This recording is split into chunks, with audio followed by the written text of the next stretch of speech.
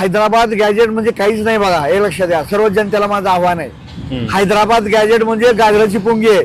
वाजली तर वाजली, नाही तर गेली खाट्यात. हैदराबाद गॅजेटमुळे कुठल्याही मराठ्याला आरक्षण मिळणार नाही. मी स्वतः तपासणी केलेली आहे. हैदराबाद गॅजेट मध्ये कुठेही शिंदेचे नाव नाही, शिंदेचा लोकांची नाव नाहीत, वंशावळी जुळत नाही.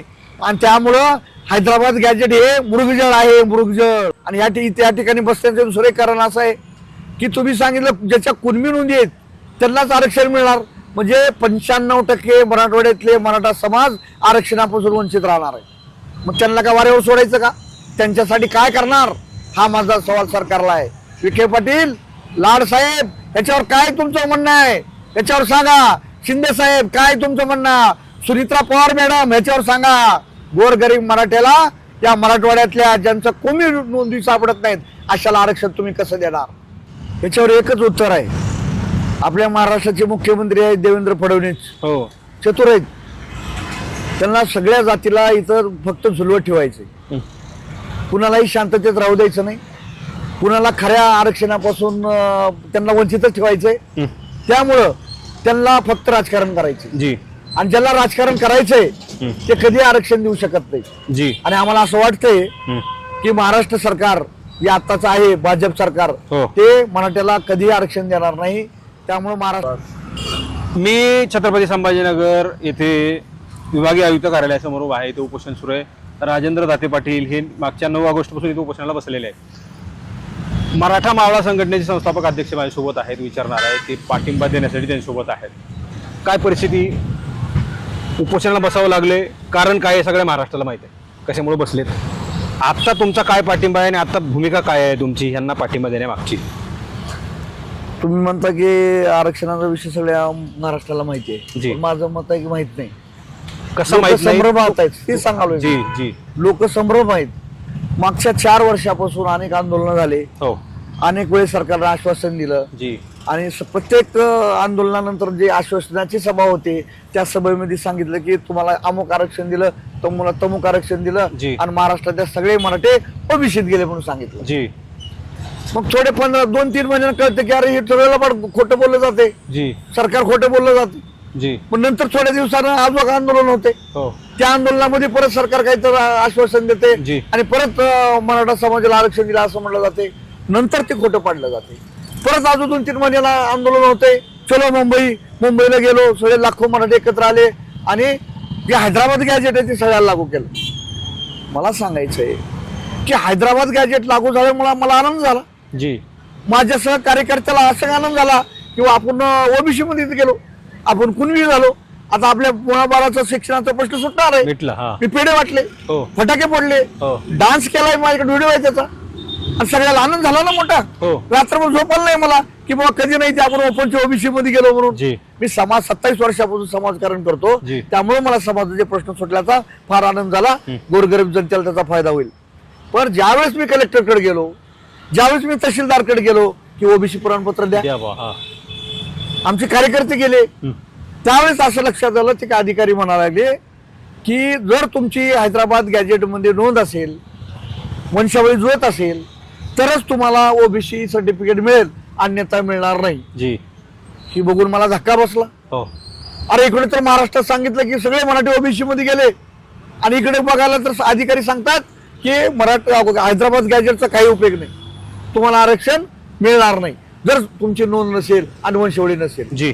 मग मी ग्रामपंचायत मध्ये गेलो, माझ्या मी जिथं जन्म झालाय त्या ग्रामपंचायत मध्ये 60 वर्षाचं सगळं दप्तर धुंडाळलं, पण तिथं नोंद काय निघाली नाही. आमच्या असंख्य 10-20 कार्यकर्त्यांनी बघितलं, त्यांची नोंद मिळाली नाही. म्हणजे नंतर लक्षात आलं हे सरकार खोटं बोलणार आहे, हे खोटारडं सरकार आहे आणि मराठ्याच्या मताचं पाकिट मारण्यासाठी हे सरकार लबाड बोलतोय. हे राजकारण आहे. या सरकारला मराठा समाजाला आरक्षण द्यायचं नाही, फक्त त्यांचे मतं घेऊन फक्त सत्ता भोगायची आहे असं याच्यामधून सिद्ध झालेलं आहे. त्यामुळं जे 40 वर्षापासून समाजासाठी काम करतात, आरक्षणावर काम करतात, सुप्रीम कोर्टामध्ये वेळोवेळी याचिका दाखल केलेल्या आहेत, असे राजेंद्र दाते पाटील यांच्या सोबत या ठिकाणी उपोषणाला बसलेलो आहोत. राजेंद्र दाते पाटलांनी फार याच्यावर अभ्यास केलेला आहे आणि यावेळेस आमच्या मागण्या आहेत आम्हाला शाश्वत मराठासाठी आरक्षण पाहिजे. कसं ते कसं जे आरक्षण टिकणारं, कोर्टात टिकणारं, कायदेशीर आणि खरं पुरं आरक्षण आम्हाला द्या, अशी आमची मागणी. अगोदर आमचं म्हणणं आहे, तुम्ही जी सांगितलं, जर तुम्ही खरे छत्रपती आहेत ना, हे सगळे विखे जी लाड, तुम्ही म्हणलो हैदराबाद गॅजेटमुळे तुम्हाला आरक्षण देऊ, पण आता कुठे मिळते आरक्षण? मग का लबाड बोललात? मला ह्यांचं तर आश्चर्य वाटते. लाड साहेब काय म्हणले की मला जातीचा एवढा कळवळा आहे की मी जातीसाठी माती खायला येईन. पण नंतर मला खायला ही जातीसाठी माती खायला आलते का आमचेच माती काढून गेले? हे संशोधनाचा विषय. म्हणजे लाड फक्त आपली पोळी भाजण्यासाठी आलते का? हा गंभीरपणे विचार करण्यासारखी गोष्ट आहे. आणि विखे पाटलाचा एवढा मोठा इतिहास आहे विखे साहेबापासून, त्यांनी सगळ्या समाजाला खोटं वाढावं हे काही मला पसंत नाही. आणि सगळा समाज आशेने वाट बघतोय, सगळ्या समाजाला वाटतं की आम्हाला कुठेतरी फसवलं गेलेलं आहे. त्यामुळे मी आज तुमच्या माध्यमातून मी सरकारला आवाहन करतो की आमच्या मागण्या जी आहेत की आम्हाला शाश्वत आणि टिकाऊ आरक्षण द्या. आणि मराठवाड्यामध्ये आम्ही सगळे आहोत, त्या सगळ्या मराठवाड्यातल्या लोकांना कुणबी प्रमाणपत्र तुम्ही द्याच, त्यासाठी आम्ही या ठिकाणी उपोषणाला बसलो आहोत. मराठवाड्याचा प्रश्न हा सुरुवातीलाच होता, मात्र तो सगळे सोयरे आणि नंतर सरसकट आरक्षणामध्ये हा मुद्दा आला. सरसकट आरक्षणाचा मुद्दा मध्येच सुटला आणि आता केवळ नोंदींपुरतं येऊन थांबलंय. त्याच्यामध्ये सुद्धा 58 लाख नोंदीमध्ये सुद्धा मराठवाड्याच्या अनेक हजारो लाखो लोक त्या कुणबी प्रमाणपत्रापासून आरक्षणापासून वंचित आहेत आणि राहणार आहेत. त्यासाठी वेगळं आरक्षण देऊ केलं होतं, मात्र ते सुद्धा टिकलं नाही. आता कुणबीमध्ये येऊन थांबलेलं आहे. आणि ही मागणी जसं तुम्ही आता सांगितलं की प्रसाद लाड आले, विखे म्हणतायत आम्ही देतोय, सरकार म्हणतंय देतोय, पण ते कुठं नेमकं देत आहेत हा तुमचा प्रश्न आहेच. मात्र तुमच्या वतीनं एक समाजाचा प्रमुख लीडर म्हणून मनोज जरांगेचे सरकारला प्रश्न विचारतायत, ते विचारतायत, मात्र सरकार म्हणतं आम्ही देतोय. एकत्र बसत नाहीत. दोन्ही बाजूनं दोघं, त्या कडेला एक जण आणि ह्या कडेला एक जण असं बसून त्यांची आपली आपली बाजू मांडतायत. प्रश्न मात्र सुटत नाहीत. आमचा सवाल सरकारला आहे, कारण सरकार ही देणार आहे, आम्ही घेणारे लोक आहेत, आम्ही समाजातले लोक आहेत. आम्हाला आरक्षण कोण देणार आहे? सरकार देणार आहे जी. आणि त्यामुळे आम्ही भांडतोय कुणाशी? सरकारशी भांडतोय. त्यामुळे सरकारने राजकारण बाजूला ठेवून इथल्या महाराष्ट्रातल्या गोरगरीब मराठीच्या लोकांसाठी, पोरांसाठी विचार करावा आणि आम्हाला शाश्वत टिकणारं आरक्षण द्यावं. आणि या ठिकाणी बसण्याचं दुसरं कारण असं आहे की तुम्ही सांगितलं ज्याच्या कुणबी नोंदी आहेत त्यांनाच आरक्षण मिळणार, म्हणजे 95% मराठवाड्यातले मराठा समाज आरक्षणापासून वंचित राहणार आहे. मग त्यांना का वाऱ्यावर सोडायचं का? त्यांच्यासाठी काय करणार? हा माझा सवाल सरकारला आहे. विखे पाटील, लाड साहेब, याच्यावर काय तुमचं म्हणणं आहे? याच्यावर सांगा. शिंदे साहेब, काय तुमचं म्हणणं? सुनित्रा पवार मॅडम, याच्यावर सांगा. गोरगरीब मराठ्याला, या मराठवाड्यातल्या ज्यांचं कोणी नोंदी सापडत नाहीत अशाला आरक्षण तुम्ही कसं देणार? त्यांना वाऱ्यावर सोडणार? त्यांना दगड फोडायला लावणार? हेच म्हणून यासाठी आम्ही या ठिकाणी उपोषणाला बसलेलो. जर खरंच हैदराबाद गॅजेट लागू केलं तर मराठवाड्यातले जसं तुम्ही सांगितलं तसे लोक आरक्षणात जाऊ शकतील का? हैदराबाद गॅजेटनुसार तुम्ही म्हणलात आता ज्यांच्या नोंदी आहेत त्यांनाच कोणी प्रमाणपत्र मिळणार, पण 95% मराठवाड्यातला मराठा हा आरक्षणापासून वंचित राहणार आहे. जर हैदराबाद गॅजेटियर लागू केलं तर त्या 95% 100% मराठ्यांना आरक्षण मिळू शकतं का? हैदराबाद गॅजेट म्हणजे काहीच नाही बघा, हे लक्षात द्या. सर्व जनतेला माझं आव्हान आहे. हैदराबाद गॅजेट म्हणजे गाजराची पुंगी आहे. वाजली तर वाजली, नाही तर गेली खाट्यात. हैदराबाद गॅजेटमुळे कुठल्याही मराठ्याला आरक्षण मिळणार नाही. मी स्वतः तपासणी केलेली आहे. हैदराबाद गॅजेटमध्ये कुठेही शिंदेचे नाव नाही, शिंदेचा लोकांची नावं नाहीत, वंशावळी जुळत नाही. आणि त्यामुळं हैदराबाद गॅजेट हे मृगजळ आहे. मृगजळ वाळवंटामध्ये कसं हजारो किलोमीटर नंतर पाण्याचा धबधबा सापडतो, त्याला मृगजळ म्हणतात. तसं हे मृगजळ हैदराबाद गॅजेट म्हणजे मराठ्यासाठी सरकारनं मृगजळ दाखवलेलं आहे. मनोज जरांगे तर हैदराबाद गॅजेटच लागू करा असं त्यांचं वारंवार म्हणणं आहे. बघा, जरांगे पाटील हे आमच्यासारखे चळवळीतले कार्यकर्ते आहेत. त्यांनी त्यांचं रक्त आटवतात समाजासाठी. त्यांनी काय करावं त्यांचा प्रश्न आहे. त्यांची मागणी आहे मराठा समाजाला आरक्षण मिळालं पाहिजे. पण आमचं असं म्हणणं आहे की माझा प्रॅक्टिकल अनुभव असा आहे की हैदराबाद गॅजेटमुळं आपल्याला मराठा कुणबी नोंदी सापडत नाहीत, मराठ्याला कुणबी नोंदी सापडत नाहीत. आणि जोपर्यंत कुणबी नोंद सापडत नाहीत तोपर्यंत तुम्हाला कुणबी सर्टिफिकेट मिळणार नाही, आणि सर्टिफिकेट कुणबी मिळणार नाही, तुम्ही आरक्षणामध्ये येणार नाही, अशी परिस्थिती झालेली आहे. मला असं वाटतं माहितीये का, फार जबाबदारीने सांगायचंय मला. तुम्ही जे सांगितलं आता हीच खरी गोष्ट आहे.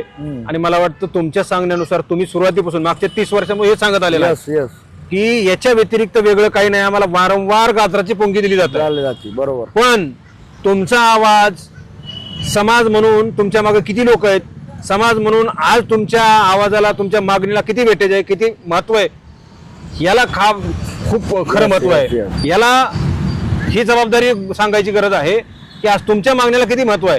ज्यांच्या मागणीला, ज्यांच्या आवाजाला महत्व आहे त्यांनी ही मागणी करणं गरजेचं आहे. अर्थात तुम्ही जरी म्हणत नसला तर कुणी मागणी करणं गरजेचं आहे.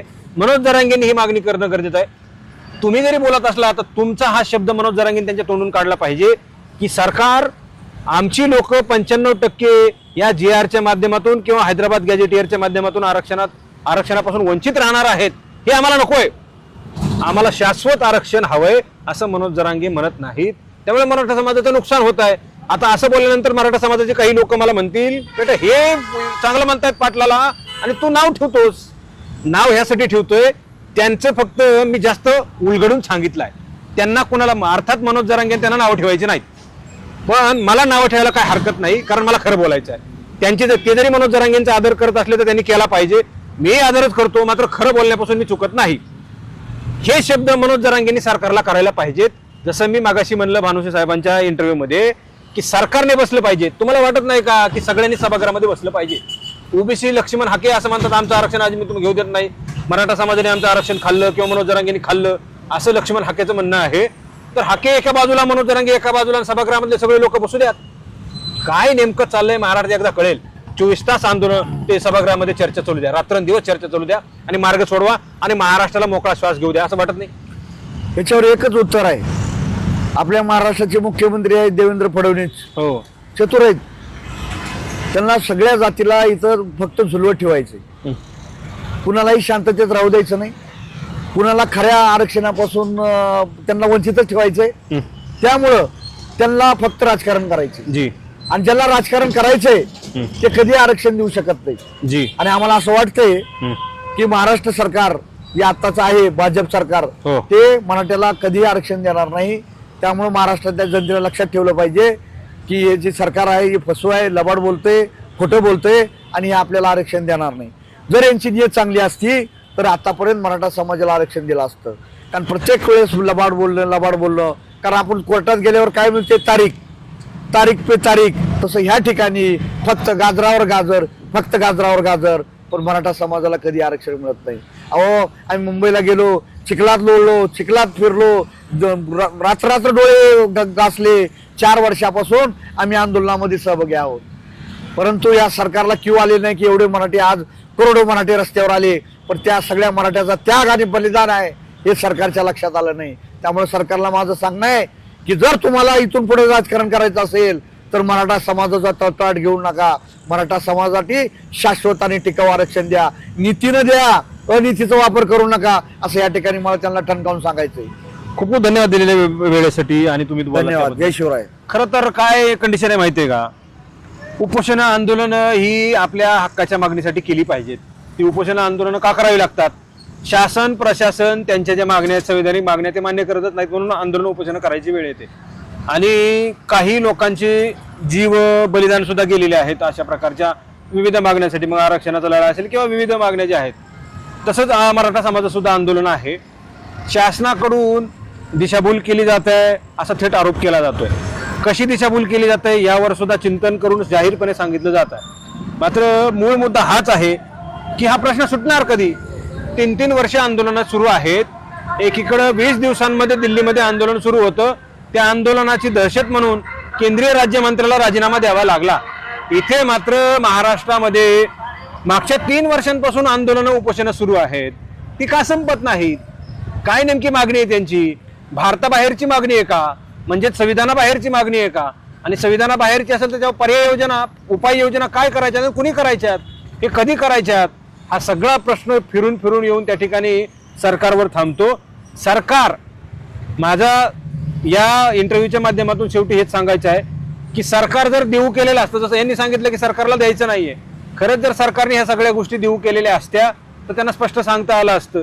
आणि दुसरं, जे आंदोलनकर्ते जे प्रमुख लोक आहेत ते सरकारला वारंवार वेठीसे धरतात आणि सवालही करतात, आंदोलनही करतात, त्यांचे प्रतिनिधी आल्यानंतर उपोषणही सोडतात.